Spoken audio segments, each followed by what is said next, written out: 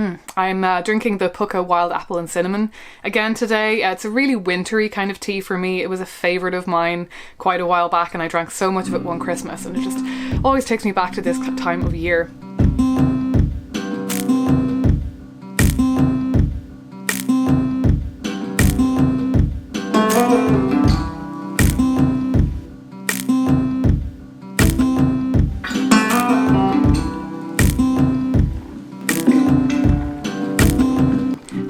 I hope you're all having a really wonderful new year so far. If you're wondering why there's a Christmas tree still in the background, I'm recording this on the 6th of January and in my family we have always left the Christmas tree up and we consider it to be Christmas until Epiphany on the 6th of January. So the Christmas trees all come down tomorrow. I generally put them up on the solstice and then take them back down on the 6th of January. Just taking my cardigan off and sort of getting comfy, getting myself situated because today is going to be a chatty video. I have nothing planned. I have nothing in mind really as to what I'm going to talk about today. If you're up to date with videos on the channel then you'll have already seen a New Year's video from me on the 1st of January, but this is the first time that I'm actually recording in the new year because I pre-recorded the last two videos. So I'm kind of getting back into the swing of things. I have a lot of things on my to-do list for today and I'm sort of just getting back into the flow after the kind of crazy 2 weeks that is the Christmas break for me. It's sort of a break but not a break because it's just full of sort of socializing and just wild amounts of eating and drinking that I would not normally do and just a lot of sort of family stuff and obligations, and it doesn't necessarily feel like a break, it just feels like a very weird kind of alternate existence that we undertake every year for 2 weeks. And so I'm kind of just about settling back after basically the madness of the Yule period. So I'm making a relatively simple, unplanned video today because, like I say, it's been a very kind of overwhelming couple of weeks for me. It's been a very overwhelming 6 months, to be completely honest with you. If you've been following along, then you know this. And not only have I been moving country, but I've actually just had kind of one thing after another in terms of sort of just things happening in my life that were unforeseeable and just a lot of unexpected social situations, a lot of turbulence, a lot of newness, a lot of strangeness, a lot of good with the bad, but it has meant that things have just been very kind of higgledy-piggledy, and so for that reason I've been kind of frustrated that I've had a hard time really digging my teeth into the projects that I've been wanting to work on for the past 6 months, and whether it's YouTube videos or my PhD or working on a new website and all this kind of different stuff that I was hoping would be further along by now. Apart from the PhD, which is kind of just about trundling along on schedule. But yeah, I keep feeling like I'm catching up with myself and hopefully that will eventually kind of come to an end. Hopefully things will settle down eventually and I'll be able to get into the swing of things. But it really has just been 6 months for me that has been totally turbulent and up in the air and just one thing after another, and I'm just kind of reeling constantly. So yeah, all of these things are reasons why I just need to have a bit of a chat, give you a bit of an update, talk a little bit about New Year's, I guess, even though I have already talked about my plans kind of broadly in the last video. I do kind of want to talk a little bit about just this overwhelm that potentially comes up at this time of year, I think, and just give you a little bit of an update on the house and what I've managed to achieve in the last few weeks and all that kind of thing. So first of all, I'll talk briefly about New Year's and pressures. And I think in the last video, I was really just wanting to be optimistic. And don't get me wrong, I'm still feeling very optimistic about this year. I have very many different things happening in my life and that I'm planning to do this year and that are probably going to change, and a lot of projects that are going to come into fruition this year as well. So I am very excited and very optimistic for the kind of trajectory that I'm on generally in my life. But there definitely is a lot of potential to kind of throw yourself in the deep end and expect an awful lot of yourself in these kind of early days of January. And I am just here to say that, you know, you're not alone. If you are feeling really, really overwhelmed by the things that you have tried to assert or impose on yourself, on your life, whatever order it is that you've tried to assert on your life, yeah, you're absolutely not alone. I would say a few things on this. I would say that it is very possible that you have bitten off more than you can chew. for a start. I think that I tend to do this sometimes. I tend to realise as the first couple of months of a new year go by that I have expected way too much of myself, and I need to kind of scale back my expectations and maybe give up on a few things that I had initially planned on doing. And this is something that I have now just taken on board for basically all of my life plans in general. When I write a list now for kind of the long term, for like anything more than like a week or a month, I am not really holding myself accountable to finish necessarily every single thing on that list. So I will tend to sort of create a list that is aspirational, and I won't be expecting myself to kind of necessarily hold to every single thing on that list. And that's what I've done for 2020. I have written myself a list, but it's aspirational. I've put down the kind of best case scenario of what I could expect for each of those situations, with the determination not to beat myself up if it becomes immediately apparent as the year is kind of winding down that I'm really just not going to hit those goals. So I would say that that's definitely worth doing. I think if you do want to kind of create a list, or if you do want to kind of invite a lot of new things into your life or make a lot of big changes, by all means that can be a good thing, and it can be a really positive time to do that, but yeah, maybe consider them to be aspirational, and maybe remind yourself that you don't necessarily have to beat yourself up if you're not necessarily going to hit all of those things. Also, maybe scaling it down and picking out a few and going, you know what, realistically it's not going to happen this year, it's fine, there's another year next year and it can wait.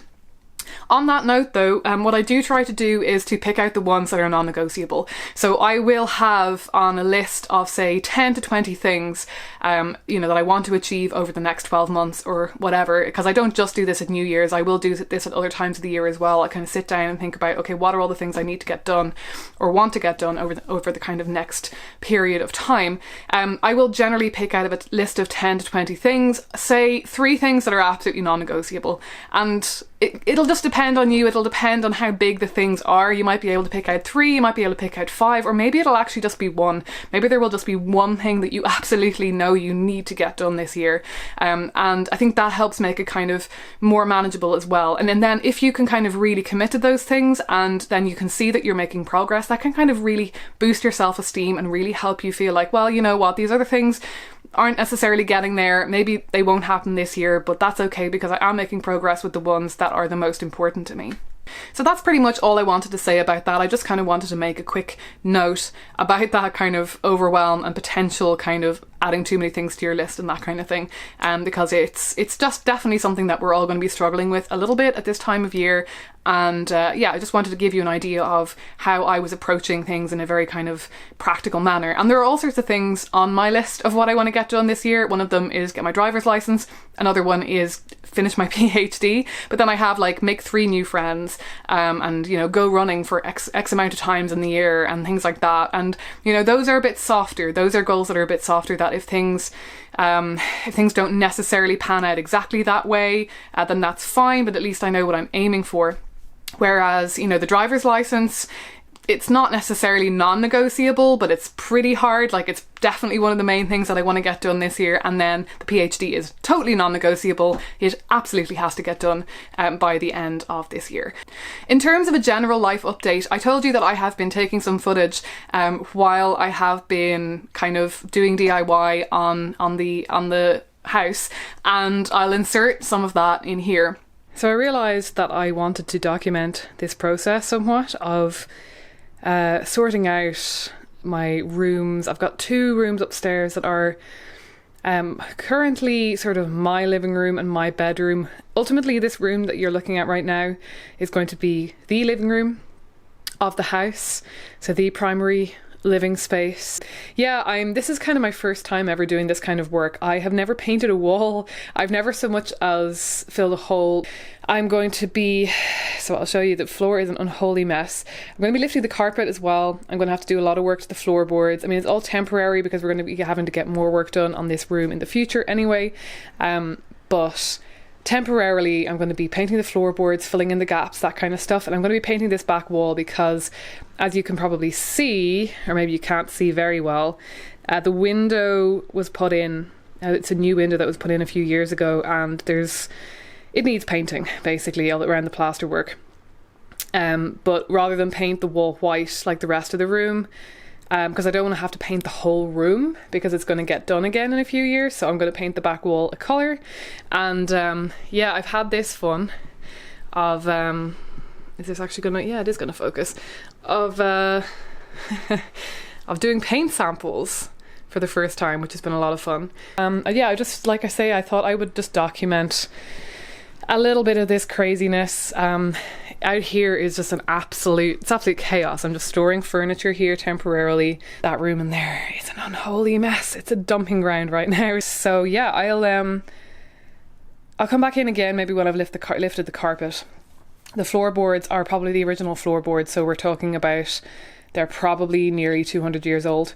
Right, so the carpet is up and I've made some progress, but it's been much slower than anticipated.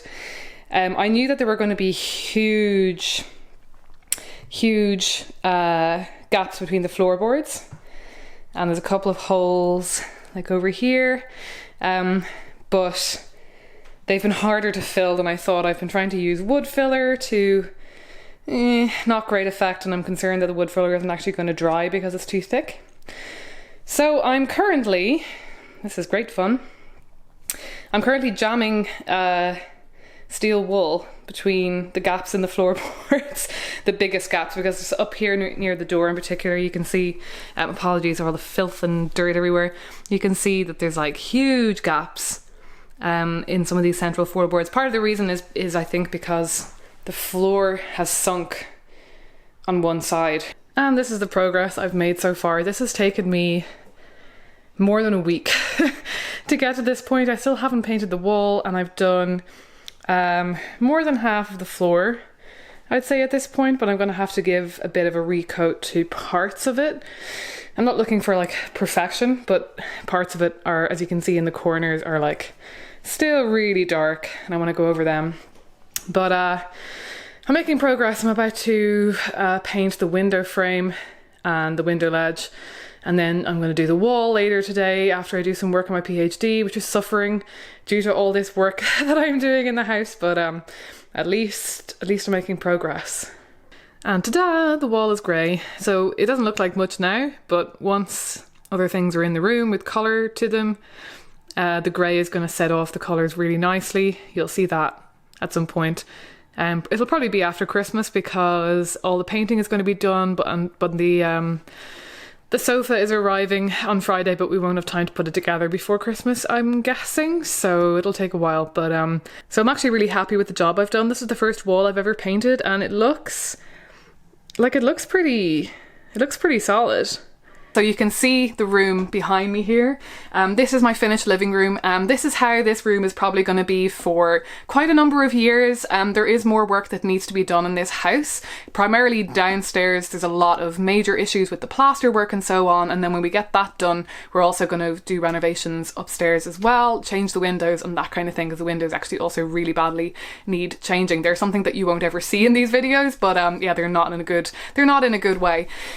So yeah, this is definitely going to be how this room is going to be for quite a number of years, and it's really, really exciting to me. This is the first time in my life that I've ever had a home that is, it might not be 100% mine, because it's not, because obviously it's still my parents' home, but is predominantly mine, and it's the first time that I've had freedom to kind of do whatever I want with the space and to do these kinds of DIY renovations. Just decide, hey, I'm going to paint the floor, I'm going to, you know, rip up the carpet, I'm going to paint that wall. So this is a very new thing for me, and being able to have this kind of control and buy my own furniture and that kind of thing, it's pretty exciting. It feels very grown up, and it feels like a good thing to be doing, to kind of be laying roots back in Dublin and that kind of thing. I also got my office space finished before I got this room finished, actually.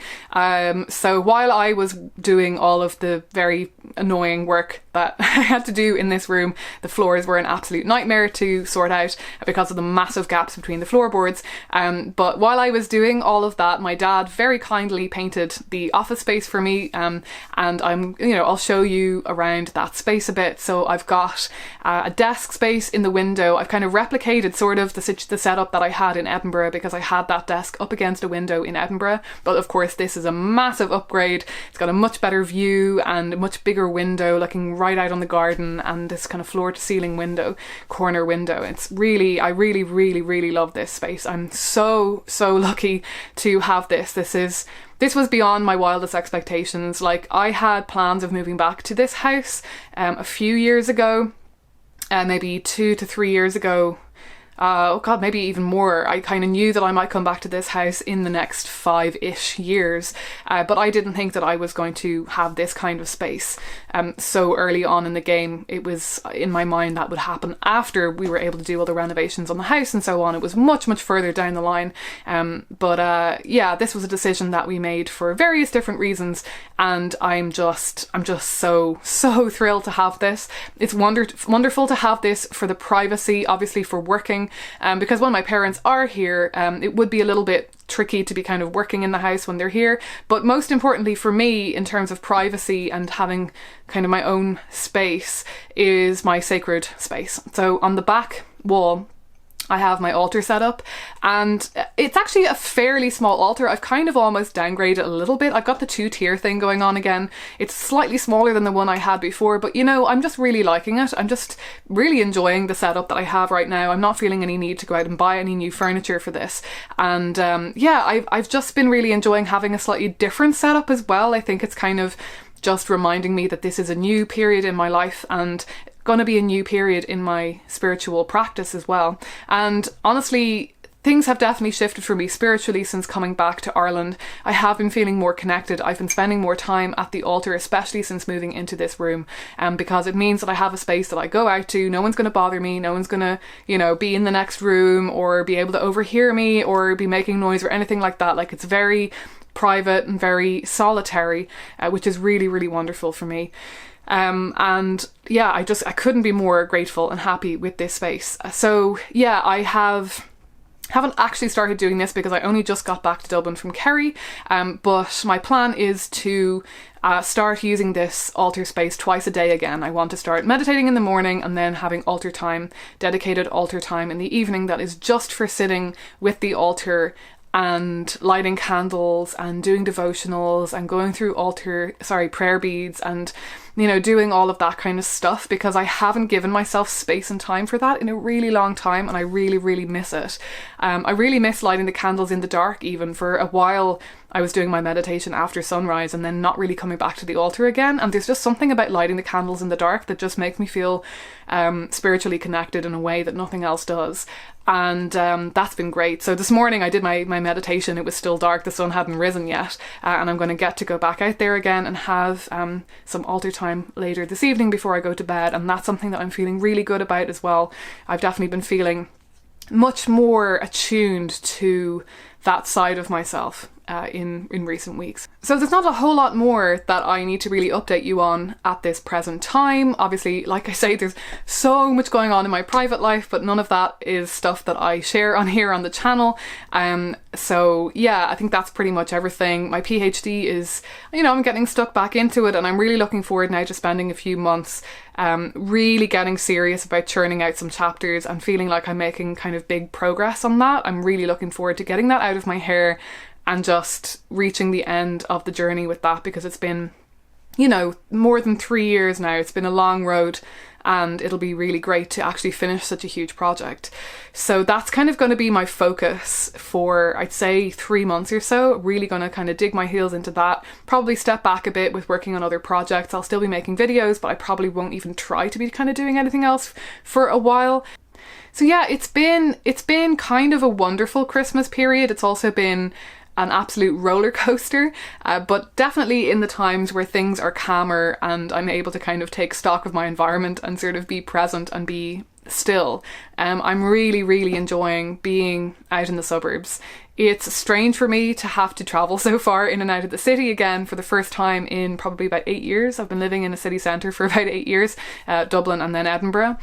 So it is a bit strange to be out in the suburbs, but it's so nice to be able to disappear off into, you know, the kind of the hill that I go and walk on. I don't have any footage to show you of that right now, but I will bring you up there in the future.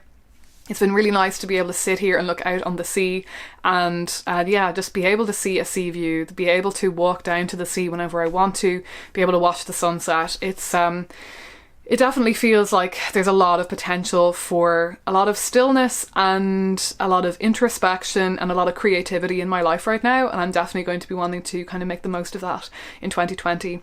There's more DIY to come. I'll show you the bedroom and any other, I've got kind of tiny amount of painting. I probably won't bother showing you the spare room, but I'll show you the bedroom once that's all finished. That won't be for a few more months. But yeah, I think that's probably enough for this week's video. Like I say, I hope that you're having a really good January so far. I hope your first week of the month has been a really good one. I hope that you're kind of, I don't know, entering into this year in the way that you hoped, and that things are feeling the way that you hoped. And if they're not, you know, don't lose hope, don't despair. There's plenty of time for transformation later down the line, and not everything has to start on the 1st of January. That, you know, you can always turn a new page at any time that you feel like it. So yeah, take care everyone. Thanks a million for watching, and I'll talk to you again soon.